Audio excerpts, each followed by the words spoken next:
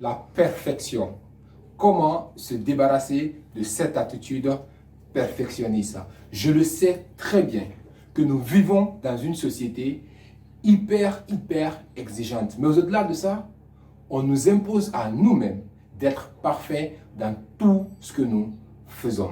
Et aujourd'hui, à travers cette vidéo, mon objectif, c'est de partager avec vous 2 stratégies qui m'ont permis personnellement de pouvoir accepter d'être vulnérable, accepter d'afficher mes imperfections. Pour la simple raison qu'il y a plein de vidéos que je fais où à la base je sais que c'est des erreurs qui sont à l'intérieur, où à la base c'est des fautes, peut-être que le cadrage n'est pas bien fait, peut-être que la luminosité n'est pas très bonne, l'éclairage je veux dire, ou de continuer à faire des conférences et de ne pas pouvoir satisfaire tout le monde à chaque fois dans les conférences pour la simple raison qu'on ne peut jamais plaire à tout le monde. Et au-delà de ça, imaginez tout simplement le nombre de fois que vous n'avez pas pu poser les actions que vous voulez faire, le nombre d'opportunités que vous avez pu louper, le nombre de bonnes rencontres pour la simple raison que vous n'avez pas tout simplement osé affirmer votre imperfection, que vous attendiez tout simplement que tout soit parfait avant de pouvoir passer à l'action.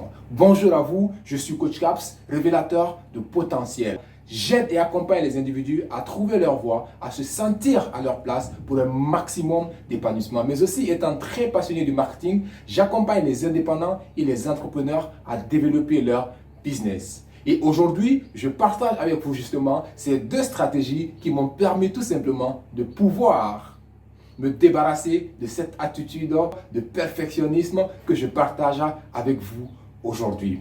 Stratégie numéro 1. Osez affirmer votre imperfection. Vous devez savoir, et ne l'oubliez jamais, on est tous des êtres humains.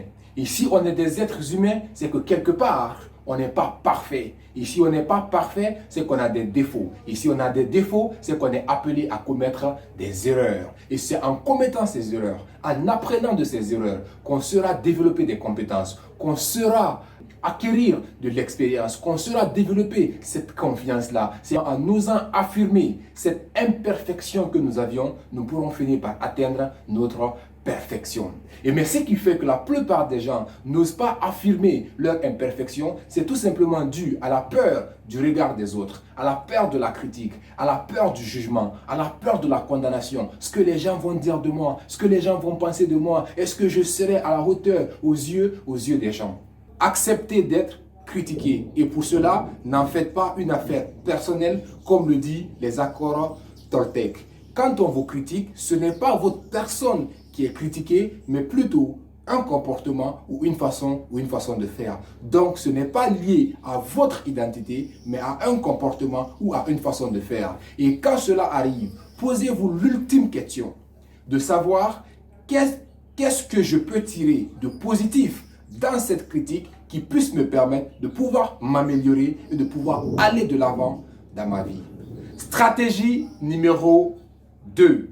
Accepter de poser des actions efficaces et inspirantes. Qu'est-ce que j'appelle actions efficaces et inspirantes? Ce sont ces actions que vous posez tous les jours, mais de sorte que ces actions soient nouvelles, stressantes, inconfortables, challengeantes, inspirantes et surtout qui s'inscrivent dans la régularité. En acceptant de poser ces actions efficaces et inspirantes, vous saurez développer vos compétences, vous saurez acquérir de l'expérience, vous saurez renforcer votre confiance en vous et surtout, vous saurez forger votre résilience.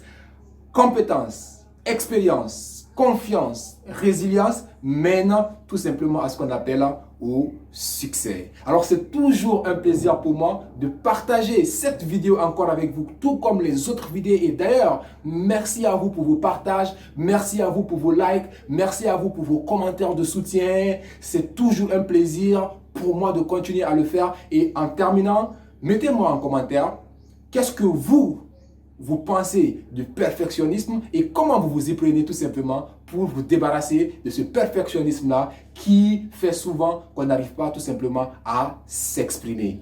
Merci à vous.